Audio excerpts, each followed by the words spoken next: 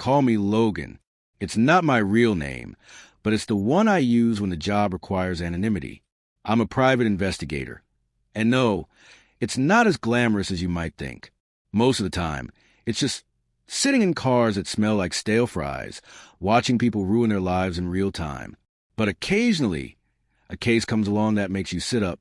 This one started with a man named Mark, mid-40s, wealthy, the type of person who could buy happiness if it were for sale.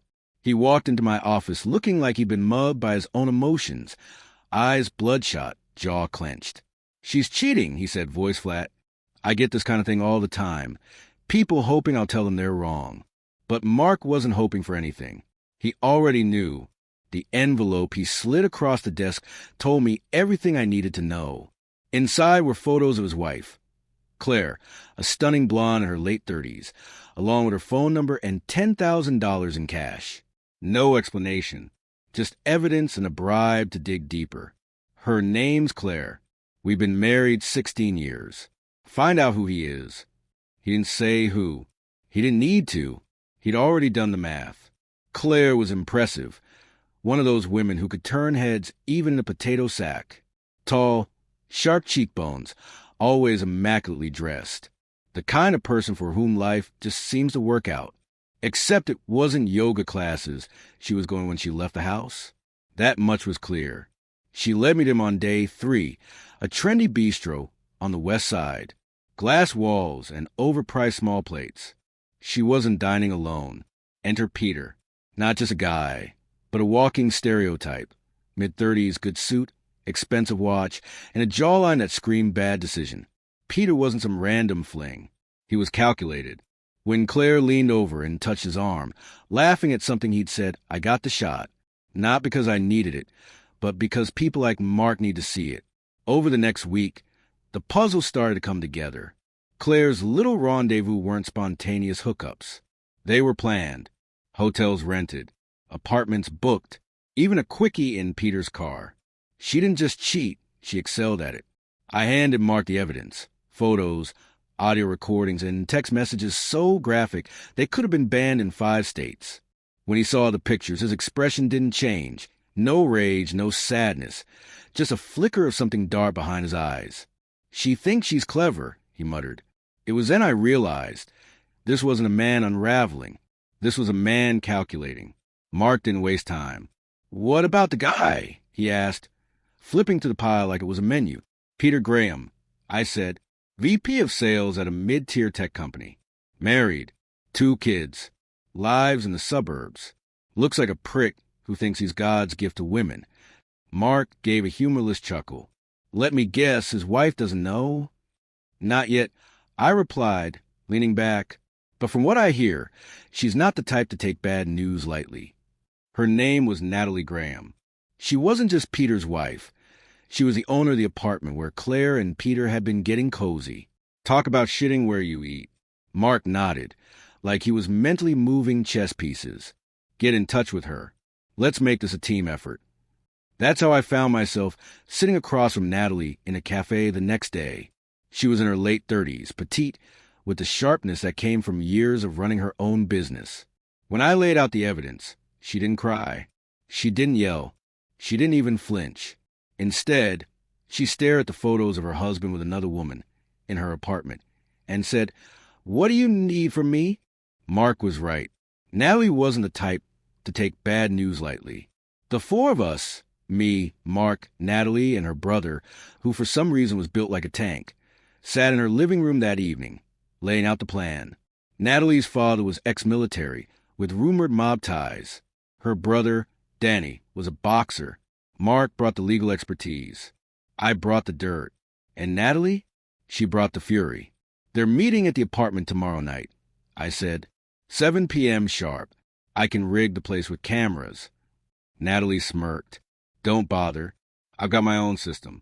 I'll send you the feed. She stood, smoothing out her skirt. Here's how this is going to work. Mark, you'll get your divorce. I'll handle Peter.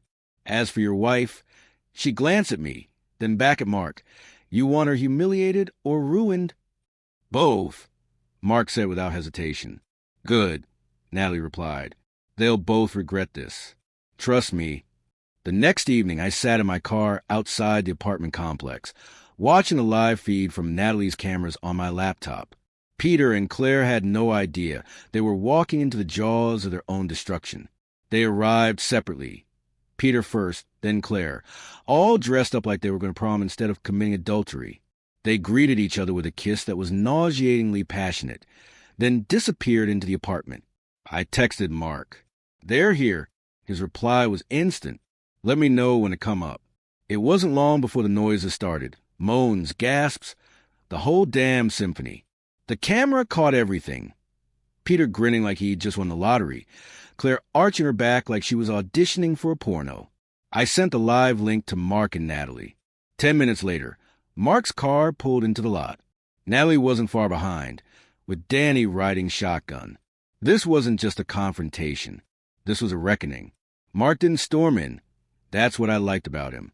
He wasn't some hot-headed idiot who'd let his emotions get in the way. No, he was ice-cold, calculated, a man who knew the value of timing. When he reached the apartment door, he knocked. Calmly, 3 measured taps. Inside, the live feed showed Peter pausing mid-thrust. Claire scrambled for the duvet, pulling it over herself like a child caught sneaking cookies. Mark called out, his voice steady. Peter looked confused but shrugged, slipping on a robe as he made his way to the door. "Stay here," he told Claire. "I'll get rid of them." When the door opened, Peter had just enough time to register Mark's face before a fist the size of a hammer smashed into his jaw. He went down like a sack of bricks. Mark stepped over him, unfazed, and walked straight into the bedroom. Claire froze, clutching the blanket to her chest. "Mark, what the hell are you doing here?" "What am I doing here?" His voice was eerily calm, like he was asking for time. "Well, I figure if you're going to screw around in another man's wife's apartment, the least I could do is stop by and say hi." Peter groaned from the floor, clutching his face. "Who the hell are you?" he spat, blood dribbling from his mouth. Mark turned to him with a look of casual indifference. "Me? I'm the husband of the woman you've been screwing in your wife's apartment, you sack of," he paused, glancing at Peter's jaw. "How's your jaw, by the way?" By now, Natalie and Danny were in the apartment too, standing silently in the doorway. Natalie looked at Claire with a mix of disgust and amusement, while Danny crossed his arms, his sheer size making the room feel smaller. Peter scrambled to his knees. "Look, I don't know what you think this is, but—" Mark cut him off. "Oh, I know exactly what this is. It's you screwing my wife in the house your wife paid for. What I don't know is how you thought this would end." Claire started sobbing. "Mark, please, we can talk about this." "Talk?" He laughed, a sharp, humorless sound. "We stopped talking when you decided your yoga instructor wasn't giving you the right kind of stretch." Peter, apparently feeling brave, tried to stand. "You can't just—" Mark turned on him. "Sit the hell down." "Here's how this is going to go," Mark said, pacing the room. "Claire, you're done. Your clothes, your jewelry, everything I bought you, gone. Your access to the bank accounts, cut. You'll get the papers tomorrow. Don't bother contesting them. You lose. And as for you," he turned to Peter, "your wife has a few words for you." Natalie stepped forward, her heels clicking sharply against the floor. She tossed an envelope onto Peter's lap, divorce papers already signed. "The house is mine.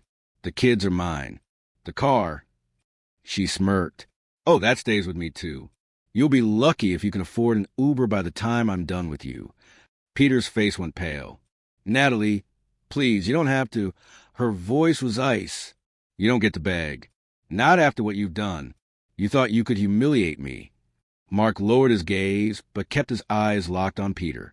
"I could beat the hell out of you right now," he said. "And believe me, I'd enjoy it. But I don't need to, because in about 2 days, your life is going to fall apart. Your wife's family, let's just say they're not big fans of adultery.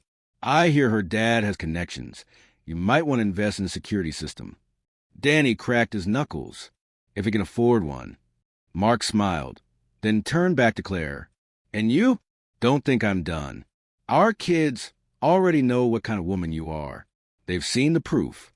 You can explain yourself to them if they decide to answer your calls. Good luck with that." Claire's sobbing turned hysterical, but Mark was already walking out. Natalie and Danny followed, leaving Peter and Claire sitting in silence, staring at the mess they made. I shut off the live feed and leaned back in my car. Another marriage destroyed. Another pair of lives ruined. But hey, at least the job paid well. The days that followed weren't quiet.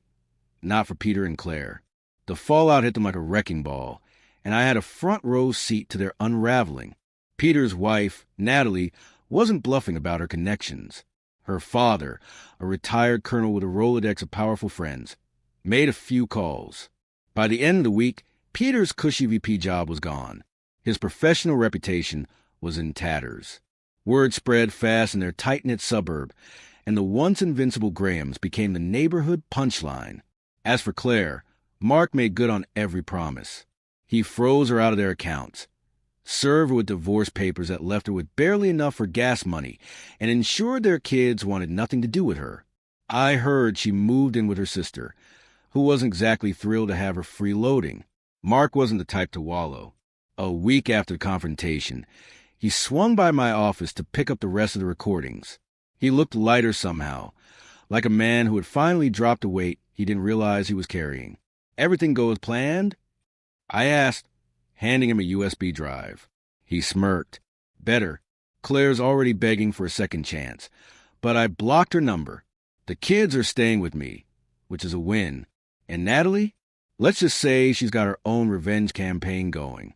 That poor bastard Peter won't know what hit him. Think she should go easy on him?" I asked, half joking. Mark chuckled, shaking his head. "Not a chance. That woman's a shark." He turned to leave but paused at the door. "You ever wonder why people do this?" "All the time." "Haven't figured it out yet," I said. Mark gave a small nod. "Let me know if you do." And then he was gone. People like Mark always stick with me. Not because of the drama or the money, but because of what they represent. He wasn't perfect. None of us are. But he handled betrayal the way most people only wish they could. With precision, control, and a cold dose of reality. Claire and Peter, they'll survive. But their lives will never be the same. Cheaters always think they're invincible. That their lives will hold up, that their actions won't have consequences. But when the walls cave in, and they always do, they realize too late that the price of their fun is steep. As for me, I poured myself a scotch that night and sat back to reflect on another job well done. Here's the thing about being a PI. You see the worst in people every day, but you also see the truth. And the truth is messy, ugly, and oddly satisfying. And if there's one lesson I've learned, it's this. Never underestimate the quiet guy.